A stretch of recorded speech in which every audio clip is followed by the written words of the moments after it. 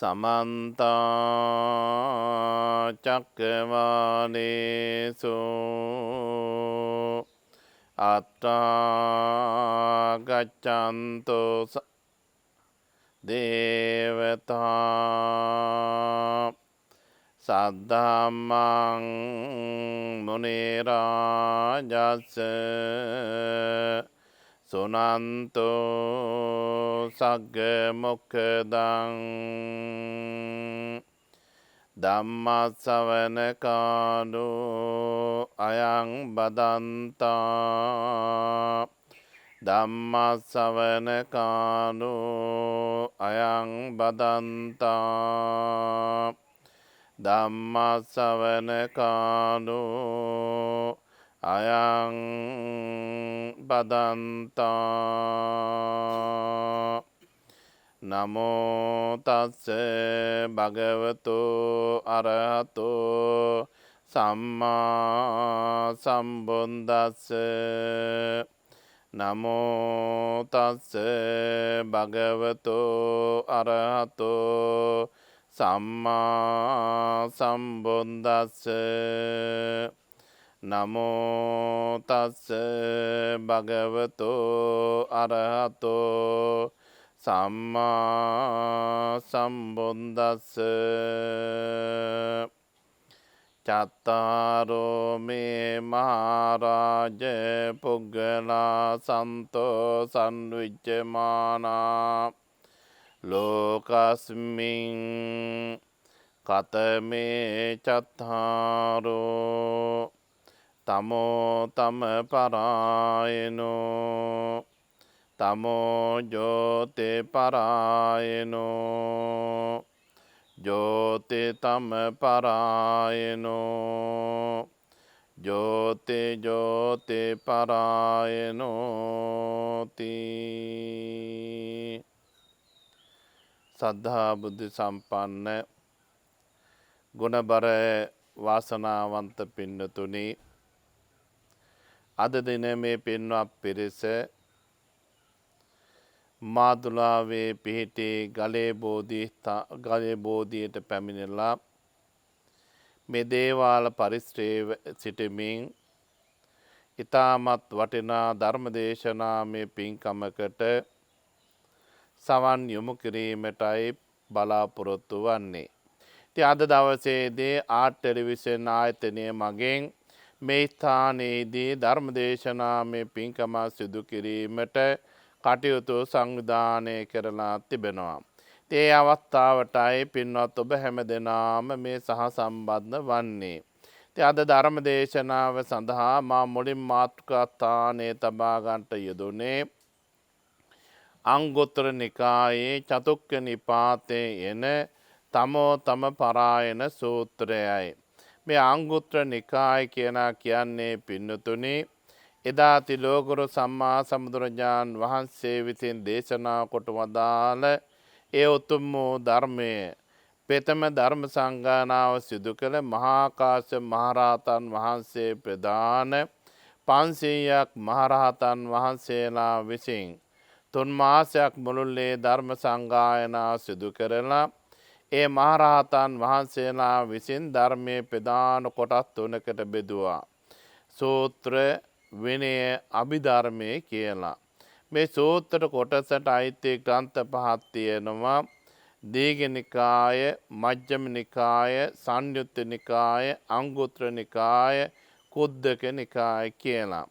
මේ දීඝ නිකාය කියන්නේ ගොඩාක් දිග සූත්‍ර ඇතුළත් වෙලා තිබෙන නිසා ඒ ග්‍රන්ථයට රහතන් වහන්සේලා නම තිබ්බා දීඝ නිකාය කියලා. ඊළඟට මජ්ක්‍ධිම නිකාය කියන්නේ ගොඩාක් දිගත් නැති, කෙටිත් නැති මධ්‍යම ප්‍රමාණයේ සූත්‍ර ඇතුළත් වෙලා තිබෙන නිසා එම ග්‍රන්ථයට උන්වහන්සේලා නම තිබ්බා මජ්ක්‍ධිම නිකාය කියලා.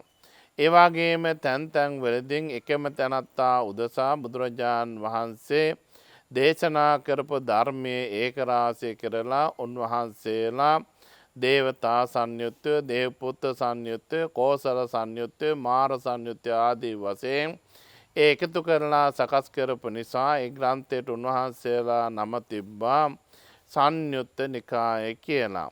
මේ අංගුත්තර නිකාය කියන ග්‍රන්ථයේ සඳහන් වෙලා තිබෙන්නේ ධර්මයේ අංක පිළිවෙලටයි. ඒ කියන්නේ ධර්මයේ දහම් කරුණු අඩංගු වෙලා තිබෙන පිළිවෙලට අනුව ඒකට නම තියලා තියෙනවා රහතන් වහන්සේලා අංගුත්තර නිකාය කියලා. ඒ අංගුත්තර නිකායේ චතුක්ක නිපාතේ තියෙනවා තමෝතම පරායන කියලා සූත්‍රයක්. අන්නේ සූත්‍රය තමයි මා මුලින් මාතෘකාස්ථානයේ හැටියට තබා ගත්තේ. එතකොට මේ සූත්‍රය බුදුරජාණන් වහන්සේ දේශනා කොට වදාළේ කොසල් මහරජතුමා අරමුණු කරගෙනයි. දිනක් බුදුරජාණන් වහන්සේ දිනක් කොසල් මහරජතුමා බුදුරජාණන් වහන්සේ හමුවට ගියා. ඒ ගිය වෙලාවේ බුදුරජාණන් වහන්සේ කොසල් රජුරවන්ට ධර්ම දේශනාවක් සිදු කළා. එදී බුදුරජාණන් වහන්සේ කොසල් මහරජතුමාට දේශනා කරනවා චත්තාරෝ මේ මහරජ පුග්ගලා සන්තෝ සංවිජ්ජමානා ලෝකස්මින්. මහරජ මහරජතුමනි ලෝකස්මින් මේ ලෝකෙහි චත්තාරෝ පුජ්ගලා පුජ්‍යලයෝ 4 දෙනෙක් විද්‍යමාන වෙනවා. එහෙමනම් දකින්ට ලැබෙනවා කියලා දේශනා කළා. කතමේ චත්තාරෝ කවුද පුජ්‍යලයෝ 4 දෙනා. තමෝ තම පරායනෝ පළවෙනි කෙනා තමයි අඳුරෙන් අඳුරට යන පුජ්‍යලයා තමෝ තම පරායනෝ. දෙවෙනි කෙනා තමයි තමෝ ජෝති පරායනෝ අඳුරෙන් ආලෝකයට ගමන් කරන කෙනා. තුන්වෙනි කෙනා තමයි ජෝති තම පරායනෝ ආලෝකයෙන් අන්ධකාරයට ගමන් කරන කෙනා. හතරවෙනි කෙනා තමයි ජෝති ජෝති පරායනෝ ආලෝකයෙන් ආලෝකයට ගමන් කරන කෙනා.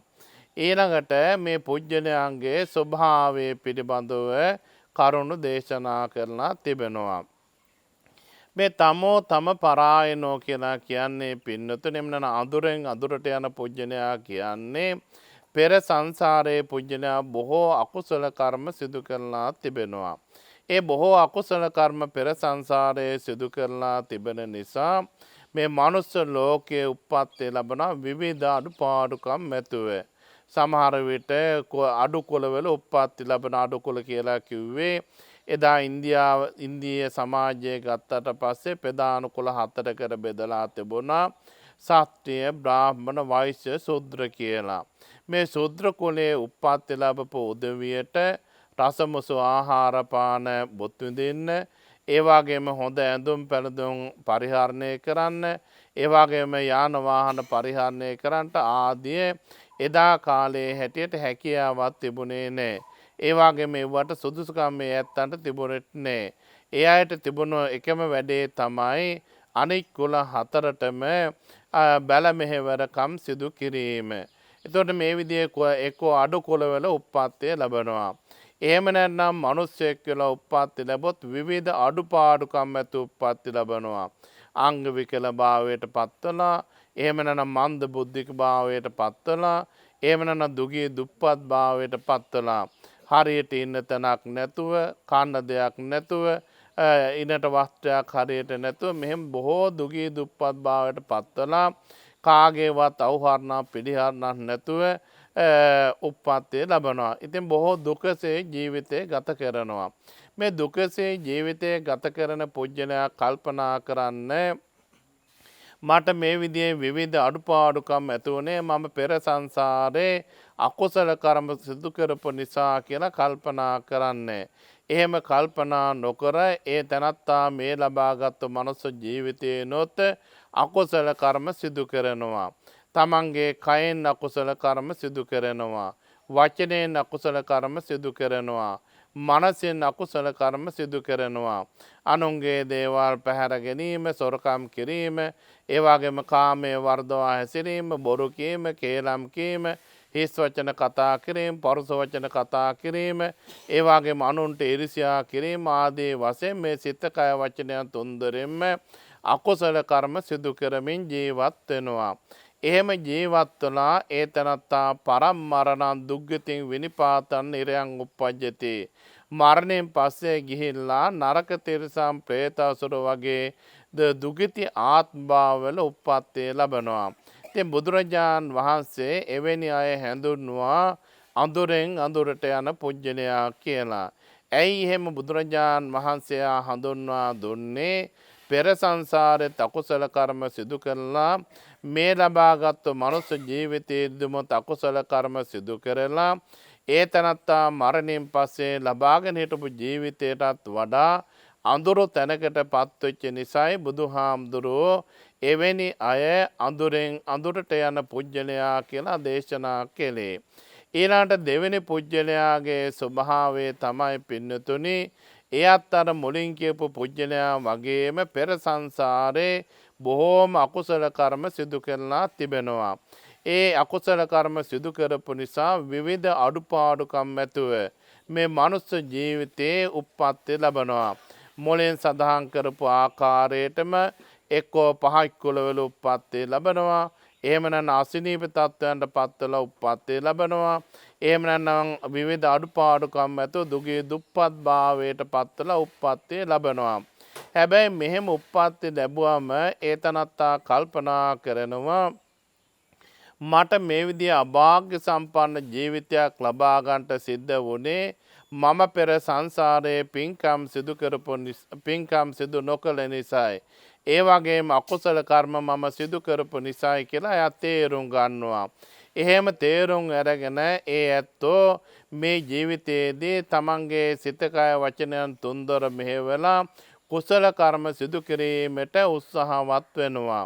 දන් දෙනවා, සිල් රකින්නවා, භාවනා කරනවා, බුදුන් වඳිනවා, මේ විදිහ අනුන්ට උදව්පකාර කරනවා. මේ විදිහට තමන්ගේ සිත කය වචනයන් තුන්දොර මෙහෙवला පින්කම් කටයුතු සිදු කරනවා. ඒ වගේම පොයේ දවස්වලට විහාරස්ථාන වලට ගිහිල්ලා සිල් සමාදන් වෙනවා. ඒ වගේම නිරන්තරයෙන්ම පන්සිල් සමාදන් වෙන්න උත්සාහවත් වෙනවා. මේ විදිහට සීල සමාධි ප්‍රඥා කියන ගුණ ධර්මයන් පුරුදු කිරීමට ඒ ඇත්තෝ ගොඩාක් වෙහෙස මහන්සි වෙනවා. ඉතින් පෙර සංසාරයේ අකුසල කර්ම සිදු කරපු නිසා විවිධ අඩුපාඩුකම් ඇතුව උප්පත්ති ලැබුවත් එයා මේ ලබාගත්තු ජීවිතයේදී පින්කම් සිදු කරනවා. ඒ පින්කම් සිදු කිරීම හේතු කොටගෙන ඒ ඇත්තෝ මරණින් පස්සේ සුග්ගතින් සග්ගන් ලෝකං උප්පජ්ජති. මේ මනුස්ස ලෝකයෙන් චුත වෙලා ගිහිල්ලා දිව්‍ය චාතුර් මහරජකේ තාවතින්සේ යාමේ තුසිතේ නිම්මාන රත්ය ආදී වශයෙන් හඳුන්වන දිව්‍ය ලෝකවල ඒ වගේම බ්‍රහ්ම ලෝකවල මනුස්ස ලෝක ආදී වශයෙන් මේ සුගති ආත්මාවල උප්පත්ති ලබනවා. ඉතින් බුදුරජාන් වහන්සේ එහෙම උප්පත්ති ලබන අය හැඳුන්වුවා අඳුරෙන් ආලෝකයට යන පිරිස කියලා. ඇයි ඒ ඇත්තෝ පෙර සංසාරයේ අකුසල කර්ම සිදු කරපු නිසා අභාග්‍ය සම්පන්න ජීවිතයක් ලබා ගත්තත් මේ ලබාගත්තු ජීවිතයේදී කුසල කර්ම සිදු කරලා යහපත් ජීවිතයකට පත්වෙච්ච නිසා ඒ ඇත්තෝ අඳුරෙන් ආලෝකයට යන පිරිසක් හැටියට බුදුහාමුදුරුවෝ හැඳුන්වුවා. ඒ වගේම මෙතනින් තවත් පැත්තක් අපට ගන්න පුළුවන්කම තිබෙනවා පින්වතුනි. ඒ ලබාගත්තු ජීවිතයේදී සෝහාන් සකෘදාගාමි අනාගාමි අරහත් කියන මාර්ගඵල අවබෝධ කර ගැනීමට පවා හැකියාව තිබෙනවා. එහෙම මාර්ගඵල අවබෝධ කර ගැනීමත් අඳුරෙන් ආලෝකයට යන ක්‍රියාදාමයක් හැටියට මෙහිදී අපට විස්තර කරන්න පැහැදිලි කරන්න පුළුවන්කම තිබෙනවා. ඊළඟ පුජ්‍යලයාගේ ස්වභාවය තමයි නැත්නම් තුන්වෙනි පුජ්‍යලයාගේ ස්වභාවය තමයි ජෝති තම පරායනෝ. ජෝති තම පරායනෝ කියලා කියන්නේ පින්වතුනි ඒ අය පෙර සංසාරයේ බොහෝම කුසල කර්ම සිදු කරලා තිබෙනවා. ඒ බොහෝම පින්කම් සිදු කරපු නිසා මේ මනුස්ස ලෝකෙ උප්පත්ති ලැබනවා. බොහෝ සැප සම්පත් ඇතුව, යාන වාහන ඇතුව, හොඳ ගෙවල් දොරවල් ඇතුව, ඒ වගේම ආහාර පාන ඇතුව, ඒ වගේම හොඳ ඇඳුම් පැළඳුම් ඇතුව උසස් කුලවල උප්පත්ති ලැබනවා. මේ උසස් කුලවල උප්පත්ති ලැබපු මේ සැප සම්පත් තිබෙන ධනෙ බලය තිබෙන අය මොහොතකට ඔය කල්පනා කරන්නේ මේ සැප සම්පත් මට ලැබුණේ පෙර කරන ලද කුසල කර්ම නිසා කියලා හිතන්නේ නැහැ. එහෙම නොසිතා ඒ ඇත්තෝ තමන්ගේ ධනය බලය යොදාගෙන තමන්ගේ සිත කය වචන තුන්දොරම අකුසල කර්ම සිදු කරනවා. පානඝාතය සිදු කිරීම, කාමයේ වර්ධවා හැසිරීම, ඒ වගේම හොරකම් කිරීම, බොරු කීම, කේලම් කීම, හිස් වචන කතා කිරීම, පරුස වචන කතා කිරීම, අනුන්ට ඊර්ෂ්‍යා කිරීම, වෛර කිරීම ආදී මේ විදිහේ අකුසල කර්ම සිදු කරනවා. ඒ වගේම අනුන්ගේ දේවල් පැහැර ගැනීම, අනුන්ට හිංසා පීඩා සිදු කිරීම ආදී වශයෙන් මේ විවිධ අකුසල කර්ම ජීවිතයෙන් සිදු කරනවා. එහෙම විවිධ අකුසල කර්ම සිදු කරමින් ජීවත් වෙලා පරම් මරණං දුක්ගතින් විනිපාතං නිරයන් උප්පජ්ජති. මරණයෙන් පස්සේ ගිහිල්ලා සැප නැති දුක් ඇති අපාය ආදී තැන්වල උප්පත්තිය ලබනවා. බුදුරජාන් වහන්සේ එවැනි ඇත්තෝ හැඳුන්වුවා ආලෝකයෙන් අන්ධකාරයට යන පිරිසක් කියලා. ඇයි බුදුරජාන් වහන්සේ එහෙම ඒ ඇත්තෝ හැඳුන්වුවේ? පෙර සංසාරයේ ගොඩාක් පින් කරලා වටිනා ජීවිත ලබා ගත්තා. නමුත් ඒ ලබාගත්තු වටිනා මනුස්ස ජීවිතයෙන් අකුසල කර්ම සිදු කරගෙන මරණයෙන් පස්සේ දුගතියේ ගිහිල්ලා උප්පත්ති ලැබුවා. ඒ නිසා දුගතිය උප්පත්ති ලැබපු නිසායි බුදුහාමුදුරුවෝ එවැනි අය ආලෝකයෙන් අන්ධකාරයට යන අය හැටියට හඳුන්වා දුන්නේ. බුදුරජාණන් වහන්සේ වැඩ සිටි කාලේ අජාසත්ත කියන රජතුමා ගැන පොඩ්ඩක් කල්පනා කරලා බලන්න. මේ රජතුමා කිසිම අඩුපාඩුවක් නැහැ. බොහෝ සැප සම්පත් ඇති උප්පත්ති ලැබුවේ. නමුත් තමන්ගේ ආදරණීය පියතුමා ඝාතනය කරලා එමන ආනන්තරේ පාප කර්මයක් සිදු කරලා එතුමා මරණයෙන් පස්සේ ගිහිල්ලා අපාය උප්පත්ති ලැබුවා. මරණයෙන් පස්සේ කාන්තෙම අපාය උප්පත්ති ලැබෙන අකුසල කර්ම පහක් තියෙනවා. ඒවට කියන අපි පංචානන්තරේ පාප කර්ම කියලා. බුදුන්ගේ ඇඟේ ලේසලවීම, රහතන් වහන්සේලා ඝාතනය කිරීම, සංඝ බේදය සිදු කිරීම, පියතුමා මරණයට පත් කිරීම, මෑණියෝ මරණයට පත් කිරීම. මේවා බුදුදහමේ ආනන්තරේ පාප කර්ම හැටියටයි හඳුන්වලා තිබෙන්නේ. යම්කිසි කෙනෙක් එවැනි අකුසල කර්මයක් සිදු කරගත්තොත් ඒ ඇතෝ ඒකාන්තයෙන්ම මරණයෙන් පස්සේ දුගතියේ උප්පත්තිය ලබනවාමයි. මොන විදිහේ ධනයක් තිබුණත්, කොයි විදිහේ උගත්කමක් තිබුණත්, මොන තරම් ඥාති හිත මිත්‍රාදීන් හිටියත් ඒ කිසිම කෙනෙකුට ඒ අකුසල කර්මෙන් බේරා ගන්න පුළුවන් කමක් නැහැ. ඒ නිසා මොන මොහොතකවත් මෙවැනි ආනන්තර පාප කර්ම අපේ ජීවිතයෙන් සිදු කර ගන්නට හොඳ නැහැ. දැන් අපට බුදුන්ගේ ඇඟේ ලේසලවන්න බෑ, රහතන් වහන්සේලා ඝාතනය කරන්න බෑ, ගිහි පින්වතුන්ට සංඝ බේදය සිදු කරන්නත් බෑ. ඒකට තියෙන අකුසල කර්ම දෙකයි, මව මැරීම සහ පියා මැරීම. ඉතින් ඒ වගේ අකුසල කර්ම තමන්ගේ ජීවිතයෙන් සිදු නොකිරීමට කටයුතු සිදු කරන්න ඕනේ. නමුත් අපේ සමාජයේ සිටින කර්ම කර්මඵල විශ්වාස නොකරන නෝගත් උදවිය සමහර විට එවැනි අකුසල කර්ම පවා සිදු කරගන්න ලබනවා. ඒවා මහා අකුසල කර්ම, ඒ වගේම බේරන්නට අපට හැකියාවක් නැහැ. ඒතකොට පින්වතුනි, බුදුරජාණන් වහන්සේ ආලෝකයෙන් අන්ධකාරයට ගමන් කරන උදවිය හැටියට සඳහන් කළේ පෙර පින්කම් සිදු කරලා සැප සම්පත් උප්පත්ති ලබනවා. එවැනි තැන්වලදී බොහෝ අකුසල කර්ම සිදු කරගෙන අපාය ආදී දුගති වල උප්පත්ති ලබන අයයි ආලෝකයෙන් අන්ධකාරයට ගමන් කරන උදවිය හැටියට හඳුන්වා දුන්නේ. අපේ අජාසත්ත රජතුමාකට හොඳම උදාහරණයක් හැටියට සඳහන් කරන්න පුළුවන්කම තිබෙනවා. ඒ වගේම බුදුරජාණන් වහන්සේගේ කාලේ තෝදිය කියලා සිටුවරයෙක් හිටියා. 80 කෝටියක් ධනෙ තිබුණා. නමුත් මැරිලා ගිහිල්ලා ඒ ගෙදරම බල්ලෙක් වෙලා උප්පත්ති ලැබුවා. සුප්‍රබුද්ධ රජතුමා රජ කෙනෙක් හැටියට උප්පත්ති ලැබලා නමුත් ජීවිතේ අකුසල කර්ම සිදු කරගෙන පොළොව පලාගෙන අපායේ ගිහිල්ලා උප්පත්ති ලැබුවා. දේවදත්ත හාමුදුරුවෝ රාජකුමාරයෙක් හැටියට උප්පත්ති ලැබලා අකුසල කර්ම සිදු කරගෙන පොළොව පලාගෙන ගිහිල්ලා අපායේ උප්පත්ති ලැබුවා. ඒ වගේම සුන්දර කාන්තාවක් වූ චින්චි මානිකාව බුදුරජාණන් වහන්සේට නින්දා පහස කරලා මරණයෙන් පස්සේ ගිහිල්ලා අපායේ උප්පත්ති ලැබුවා. ඉතින් එවැනි අය බුදුදහමේ හඳුන්වනවා ආලෝකයෙන් අන්ධකාරයට ගමන් කරන උදවිය හැටියට.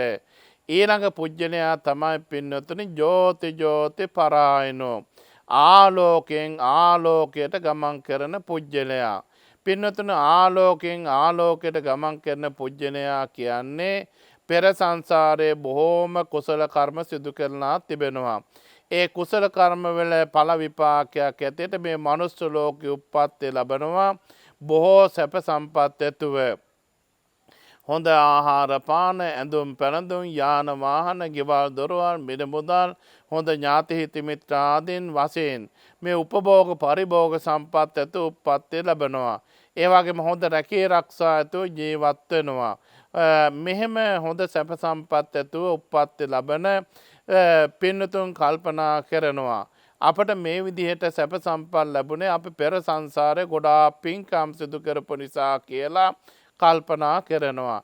එහෙම කල්පනා කරලා ඒ ඇත්තෝ ගොඩාක් ජීවිතයෙන් පින්කම් සිදු කරගන්නවා. තමන්ගේ සිත කය වචන තුන්දොරම මෙහෙवला කුසල කර්ම සිදු කරනවා. සීල් රකිනවා, භාවනා කරනවා, දන් දෙනවා, මේ අනුන්ට උදව්පකාර කරනවා. ඒ වගේම විහෙර විහාරස්ථාන වලට උදව්පකාර කරනවා. නැති බැරි ඇත්තන්ට උදව්පකාර කරනවා. මේ විදිහට ජීවිතෙන් විවිධ ආකාරයේ පින්කම් සිදු කර ගන්නවා. එහෙම පින්කම් සිදු කරමින් ඒ ඇත්තෝ ජීවත් වෙනවා. ඒ වගේම මේ ලබාගත් වටිනා මනුස්ස ජීවිතයේදී සීල් සමාධි ප්‍රඥා කියන ගුණධර්ම දියුණු කරලා සෝහන් සකු르දාගාමී අනාගාමී අරහත් කියන මාර්ගඵල අවබෝධ කර ගැනීම සඳහා බොහෝ වෙහෙස මහන්සි වෙනවා. ඒ වගේම මේ මාර්ගඵල අවබෝධ කරගනු ලබනවා. එවැනි අය බුදුරජාණන් වහන්සේ හැඳුන්වා ආලෝකයෙන් ආලෝකයට යන පිරිසක් හැටියට. ඇයි බුදුහාමුදුරුවෝ එහෙම අය හඳුන්වා දුන්නේ? පෙර සංසාරෙත් පින්කම් සිදු කරලා වටිනා මනුස්ස ජීවිතයක් ලබා ගත්තා. ඒ ලබාගත්තු ජීවිතයේදී බොහෝ පින්කම් සිදු කරගෙන පින්වතුනි මේ ආත්මයෙන් චුත වෙලා ගිහිල්ලා දිව්‍ය ලෝක මනුස්ස ලෝක වගේ සුගති ආත්මභාවවල උප්පත්ති ලැබෙනවා. ඒ වගේ මේ ආත්මයේදීම සෝහන් සකු르දාගාමී අනාගාමී අරහත් කියන මාර්ගඵල අවබෝධ කරගනු ලබනවා. ඉතින් එවැනි ඇත්තෝ බුදුරජාණන් වහන්සේ හඳුන්වා දුන්නේ ආලෝකයෙන් ආලෝකයට ගමන් කරන පිරිසක් හැටියටයි. අපි හැමදෙනාමත් වටිනා මනුස්ස ජීවිතය ලබාගත්තෝ එමන ආලෝකමය ජීවිතයක් ලබාගත්තු උදවිය. අපට යමක් කමක් කිව්වම තේරුම් බේරුම් කරගන්න පුළුවන් හොඳ බුද්ධියක් හොඳ මනසක් තියෙනවා. ඒ වගේම කිසිම අංග විකලභාවයක් ඇත්තේ නැහැ. ඒ වගේම බුද්ධෝත්පාද කාලයක අපි උප්පත්ති ලැබුවා. එතකොට අපිට පින්කම් සිදු කරගන්න පුළුවන් කාලයක උප්පත්ති ලැබුවා. ධර්ම ශ්‍රවණය කරන්න පුළුවන් කාලයක අපි උප්පත්ති ලැබුවා. එහෙනම් අපි හැම දෙනාම ලබාගෙන තිබෙන්නේ බොහෝමත්ම වටිනා මනුස්ස ජීවිතයක්. හැබැයි මේ ලබාගත්තු වටිනා මනුස්ස ජීවිතයේ ඔබටත් මටත් හැමදාම එක විදිහට ගත කරන්න පුළුවන් කමක් නැහැ. අපි කවුරුත් පුංචි දරුවන් හැටියට උප්පත්ති ලැබෙනවා. තෙමක් තෙමෙන් තරුණියට පත් වෙනවා. ඒ වගේ මධ්‍යම වයසට පත් වෙනවා. ඊළඟට අපි කවුරුත් ජරා ජීර්ණ තත්වයට පත් වෙනවා. අපි කොච්චර අකමැති වුණත් පින්නතුනි මේ මරණය කියන ස්වභාව ධර්මයට මුහුණ පාන්නට සිදු වෙනවාමයි. ඒ මරණින් වැළකීලා ජීවත් වෙන්න මේ උප්පත්ති ලැබපු කිසිම සත්වයකට පුළුවන් කමක් ඇත්තේ නැහැ. ඉතින් අපි හැමදෙනාම උත්සාහවත් වෙන්න ඕනි. හැමදාම මේ සසර උපදිමින් මැරෙමින් ගමන් කරන්නට නොවේ. අපි මේ ආත්මේ මරණයටපත් වුණා කියලා එතනින් අපේ ජීවිතේ නිමාට පත්වන්නේ නැහැ. පුනරපි මරණම් පුනරපි ජනනම් පුනරපි ජනනේ ජටේ සයනම්. අපි නැවත උපදිනවා නැවත මැරෙනවා නැවත උපදිනවා නැවතත් මැරෙනවා. මෙහෙම උපදෙමින් මැරෙමින් ගමන් කරන ජීවිතය තමයි අපි කියන්නේ සාංසාරික ජීවිතය කියලා. මේ සසර බොහෝම බියකරුක එකක්. අද මිනිස්සෙක් වෙලා ඉන්න කෙනෙක් මැරිලා ගිහිල්ලා හෙට තිරිසනෙක් වෙන්න පුළුවනි. ඒ වගේම අපායේ නිර්සතෙක් වෙන්න පුළුවනි. එහෙම නැත්නම් ප්‍රේතෙක් වෙන්න පුළුවනි. ඒ නිසා මේ සසර ගමන බොහෝම බියකරුක එකක් හැටියටයි බුදුහාමුදුරෝ දේශනා කොට වදාළේ. ඒ නිසා අපි මේ ලබාගත්තු වටිනා මනුස්ස ජීවිතයේදී මේ සසර ගමනේ නිදහස් වීමට හේතු වෙන කුසල කර්ම ජීවිතයෙන් පුරුදු පුහුණු කරගන්නට ඕනි. ඒ නිසා ඒ කුසල කර්ම අතුරෙන් අපි පන්සිල් පද 5 අනිවාර්යෙන් ආරක්ෂා කරන්නට උත්සාහවත් වෙන්න ඕනේ, උනන්දු වෙන්න ඕනේ. ඊළාට කිනම් හෝ භාවනාවක් ජීවිතයෙන් හුරු පුරුදු කරගන්නට මහන්සි වෙන්න ඕනේ, උත්සාහවත් වෙන්න ඕනේ. අපි පන්සිල් පද 5 ආරක්ෂා කරගෙන භාවනාවක් ජීවිතයෙන් පුරුදු පුහුණු කරනකොට අපේ චිත්තසංතානය තුළ සීල, සමාධි, ප්‍රඥා කියන ත්‍රිශික්ෂාම වර්ධනය වෙනවා. ඒ ත්‍රිශික්ෂා වැඩිම තුලින් තමයි පින්නතුනේ අපට මේ සසර ගමන නිමා කරන්නට, එහෙම නැත්නම් සෝහං ආදී මාර්ගඵල අවබෝධ කරගන්නට පුළුවන්කම තිබෙන්නේ. පින්නතුනේ මේ ගුණධර්ම පුරුදු කරන්නට පුළුවන්කම තිබෙන්නේ මේ මනුස්ස ලෝකයේදීම පමණයි. ඒ නිසා මේ ආලෝකමත් ජීවිතයක් ලබාගත්තු මේ උතුම් මිනිස් භවයේදී අපි සීල, සමාධි, ප්‍රඥා කියන ගුණධර්ම දියුණු කරගෙන, ඒ වගේම විවිධ පින්කම් වලින් ජීවිතය පෝෂණය කරගෙන මේ මනුස්ස ලෝකයෙන් චුත වෙලා දිව්‍ය ලෝක, මනුස්ස ලෝක වගේ සුගති ආත්මාවල උප්පත්ති ලබා ගැනීමට කල්පනා කරනවා වගේම මේ ජීවිතයේදී හරි සසර ජීවිතයේදී හරි සෝහන් ආදී මාර්ගඵල අවබෝධ කරගෙන ඊතා ඉක්මන් භවයකදී උතුම් නිර්වාණ අවබෝධයේ පිණිසම මේ පින් හේතු වාසනා වේවා කියා සාදු කියා ප්‍රාර්ථනා කරගන්න.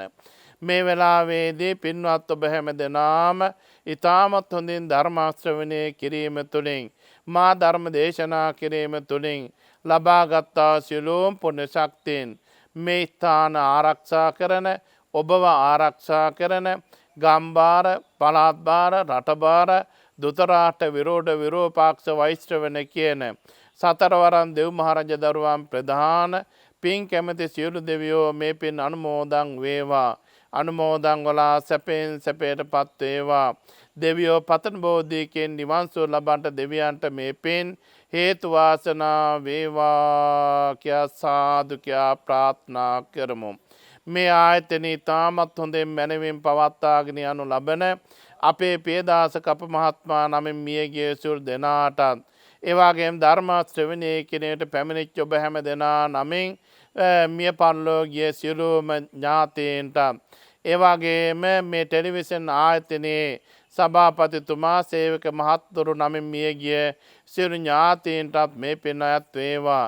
ඥාතීන් පතන බෝධියකින් නිවන් සුව ලබන්නට ඥාතීන්ට මේ පින් හේතු වාසනා වේවා කියා සාදු කියා ප්‍රාර්ථනා කරමු.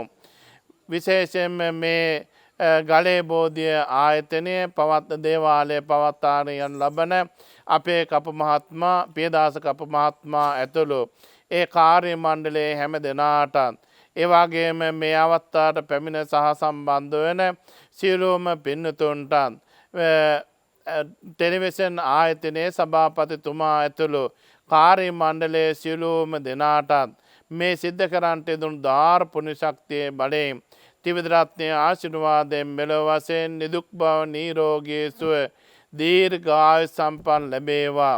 ජීවිතයට විපත්ති, කරදර, හිංසා, පීඩා පැමිණෙන්නේ නම් ඒ සියල්ල දූරීභූත බවට පත් වේවා. තම තමන්ගේ ජීවිතවලින් සිදු කරන යහපත් රක්ෂා, වෙළඳ ව්‍යාපාර කටයුතු, ගොවිතැන්ගත් කටයුතු ආදිය සර්වාපකාරයෙන්ම සාර්ථක බවට පත් වේවා. හැම දෙනාටම සාමය, සතුට, සෞභාග්‍ය පිරි දීප්තිමත් වාසනාවන්ත අනාගතයක් උදා වේවා කියලා අපි ආශිර්වාද කරනවා. අවසාන වශයෙන් නමින් මියගිය සියලුම ඥාතීන්ටත් අපි හැම දෙනාටත් උතුම් වූ චතුරාර්ය සත්‍ය ධර්ම අවබෝධ කරගෙන නිවන් පසක් කර ගැනීම පිණිසම මේ පින් හේතු වාසනා වේවා කියා සාදු කියා ප්‍රාර්ථනා කරගන්න. දෙවියන්ට පින් අනුමෝදන් කරමු. ආකාසට්ඨා ච බුම්මට්ඨා දේවා නාග මහිද්దికා පුඤ්ඤත්තං අනුමෝදිත්වා චිරන් රක්ඛන්තු ලෝක සාසනං. ආකාසට්ඨා ච බුම්මට්ඨා දේවා නාග මහිද්దికා පුඤ්ඤත්තං අනුමෝදිත්වා චිරන් රක්ඛන්තු දේශනං ආකාසට්ටා ච බුම්මට්ටා දේවානාගා මහිද්దికා පුඤ්ඤත්තං අනුමෝදිත්වා චිරන් රක්ඛන්තු මම් පරන්ති. හැම දිනාටම ආශිර්වාද කරනවා වැඳ ගන්න.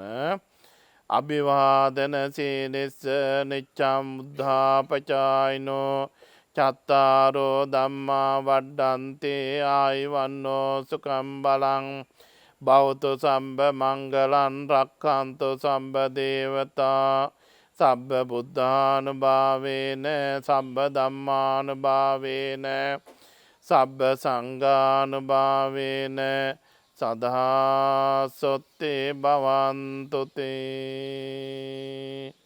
හැම දිනාටම තෙරුවන් සරණයි.